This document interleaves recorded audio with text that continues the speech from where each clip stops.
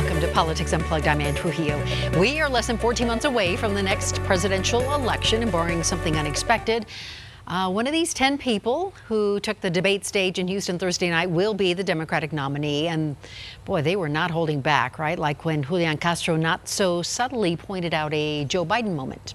You said they would have to buy in. Have to buy in. If she qualifies for Medicaid, are you forgetting what you said 2 minutes ago? Be in for it. Are you forgetting already what you said just 2 minutes ago? Well, that was corrected after the fact. However, the candidates weren't just taking swings at each other. Some, like Beto O'Rourke, were swinging for the fences, like when he said this about gun control.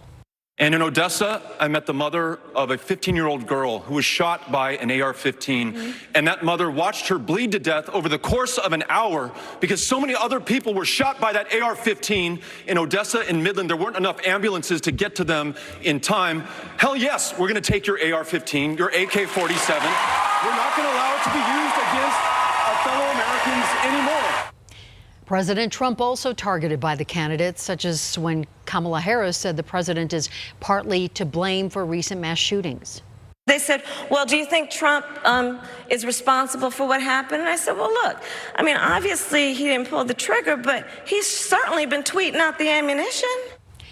And the biggest talking point of the night might have come at the very beginning when Andrew Yang put his money where his mouth is. And we're going to bring in our two guests, Krista Kafer and Democratic strategist Steve Welchert, to talk more about what we witnessed last night.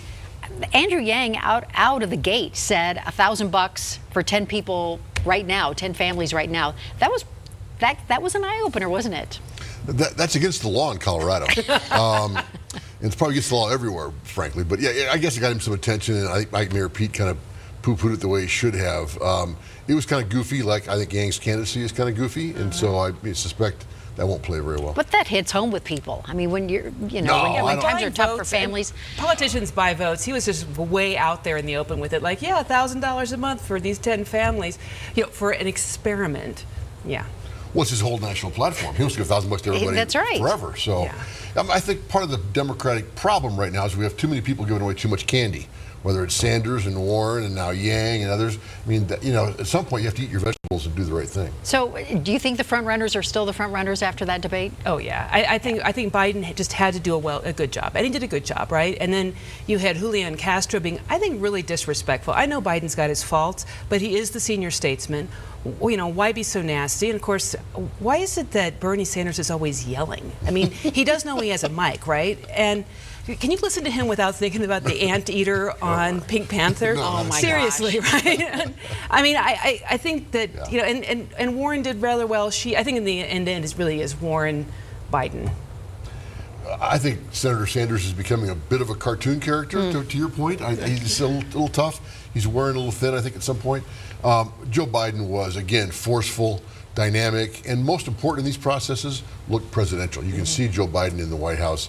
Not everybody on that stage can make that claim, and I think that really worked for Joe. And they keep taking shots at him, third time in a row, and he keeps deflecting him and doing a nice job. To Castro's point, I think he just disqualified himself. It was really a bad move. And I guess when you're saying all of these things, and you're talking about candy and Castro in this case, are we just, I mean, we're all accustomed to polished politicians, but I think a lot of people are ready to throw everything out the window now, don't you think? And maybe that wasn't so offensive to some people, or the money that Andrew Yang is talking about really does appeal to people. The question is, can you be offensive and pull it off? Obviously, President Trump pulls it off to a degree. I mean, he's between the tweets and the things that he says, people are just kind of used to it. But I think in general, people like decorum, people like respect, people like good ideas. And I saw some of that on the stage, but not everyone.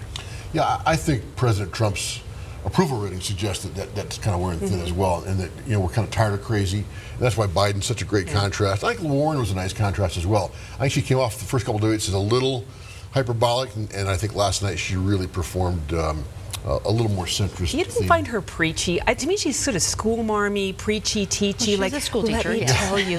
But I don't want to be schooled. We are a free people, right? I don't want somebody who's up there doing. I actually think she's got less charisma than Hillary Clinton, and yeah. Kind of okay, so where do you think Michael Bennet was or is thinking at this point in his presidential run? He was opening his campaign headquarters in Colorado Yeah. during that. I'm not quite sure why it took so long or why it's happening now, but look, Michael Bennett's got a different mission in this conversation. What is his mission? Well, I think he's trying to broaden the debate about, kind of how democracy ought to work, how the Senate ought to work. That's my sense of it anyway. I don't think he really thinks he's going to be president of the United States. And if you weren't on the stage last night, you're not going to be president of the United States. That's true. Maybe he's lining himself up to be a good secretary. It's a possibility. Good question. Beto O'Rourke, I think, had a couple of standout moments, and I'm sure offended a whole lot of people, right, when he said about getting rid of guns. He didn't offend anybody in the base, I can tell you that. Well, I mean, right, my wife right. jumped on the sofa and was like, way to go, Beto. I mean, she was excited about that, and I think a lot of people at home felt the same way. And I think Beto O'Rourke finally found his voice again. He'd had it in the Senate race. He'd lost it, it seems to me, for the last few months, but he found it again during this debate. You know who's happy today is gun sales, people who sell guns. I mean, when you threaten to take people's guns, not buy them back, not do different things, not red flag laws or regulations, instead you're saying, yeah, we're coming for your guns. I tell you what, sales went up today, I can guarantee it. All right, so we have about 30 seconds. What's your biggest takeaway from this debate? Nothing changed. Joe Biden's still the leader. It's probably going to be he and Warren kind of coming down to the finish line, I suspect, which we're way early for that conversation, but Biden's still very much the man in charge. Yeah, nothing changed, except for maybe Julian Castro is out, and somebody's got to tell Bernie Sanders, you've got a mic, stop yelling. Krista Kafer and Steve Welchert, thank you both. Back in a moment.